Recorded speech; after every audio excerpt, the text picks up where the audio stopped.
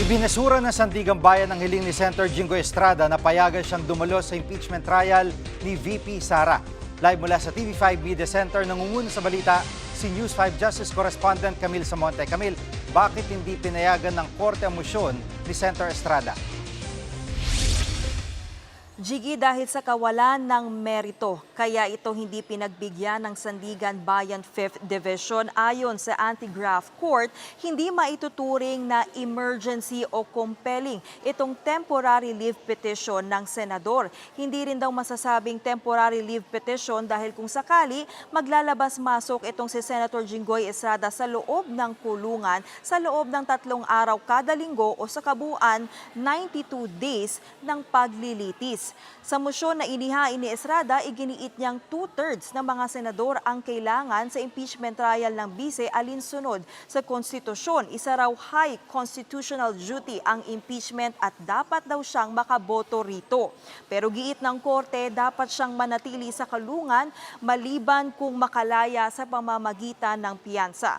Wala pang pahayag ang kampo ni Estrada tungkol dito. Si Estrada ay nakakulong dahil sa kasong plunder at graft kaugnay ng flood control scam. Jiggy? At Camille, anong stand ng Senate Impeachment Court kaugnay sa pagpapadalo kay Estrada sa paglilitis?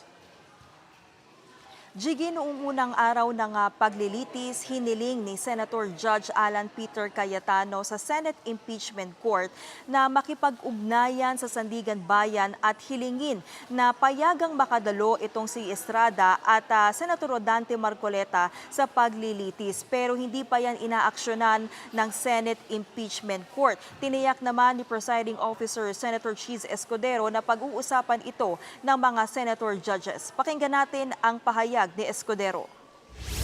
And we'll consult the senator judges regarding this matter and shall coordinate with his office with respect to his requests pertaining to Senators Jinggoy Estrada and Senator Marcoleta, including whether or not we will enlist the comment on and position of the parties to this case.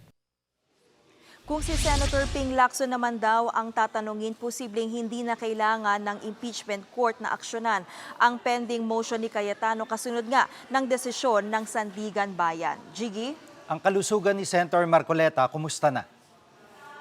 Jiggy, nananatili pa rin sa PNP General Hospital itong si Senator Marcoleta dahil sa mild pneumonia at degenerative disc. Pero kanina ipinatawag na mga mahisrado ang kinatawan ng CIDG at PNP Health Service. Kinwestiyon ni Associate Justice Ronald Moreno kung bakit pinayagan ng PNP Health Service na mabisita ni na Vice President Sara Duterte at Senator Robin Padilla si Marcoleta. Gayong naka-isolate dapat ang senador dahil sa sakit nito. Hindi naman daw sila tutol dito sa mga bumibisita kay Marcoleta pero nag-aalala raw sila sa kalusugan at kaligtasan ng senador lalo't nakakahawa ang pneumonia. Ayon sa PNP Health Service, ang CIDG ang nagdedesisyon kung papayagan ang bisita para kay Marcoleta. Pakinggan natin ang pahayag ni CIDG NCR Chief John Giagi kaugnay nito. Sa dinami-dami ng gustong bumisita, 2 lang ang pinayagan at sila lang yung nakapasok, walang entourage at the same time at a limited time. Ito ay personal request ni Senator Marcoleta na gusto niyang bumisita sa kanya aside from his legal, yung mga attorneys niya. Okay? Again, sinabi kanina, bakit daw hindi naka-face mask? Hindi po naka-face mask sa labas, kaso pagpasok niya, syempre po, naka-face mask po yun. At Camille, kailan ulit harap sa korte si Senator Marcoleta at may petsa na ba kung kailan siya ililipat sa Quezon City Jail?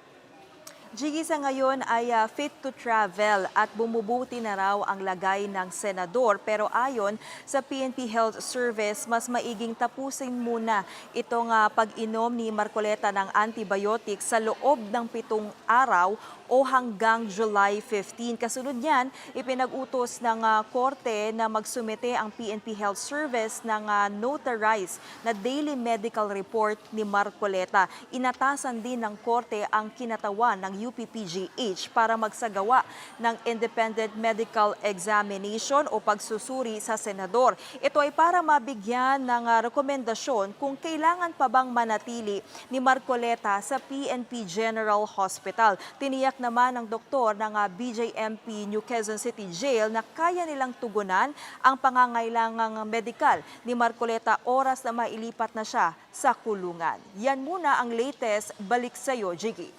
Yan ang ulat ni Camille Samonte live mula sa TV5 Media Center. Mga kapatid, Jiggy Manikad po, pagdating sa mahalagang balita sa loob at labas ng bansa, dapat una sa lahat, mag-follow at mag-subscribe na sa social media pages ng News 5.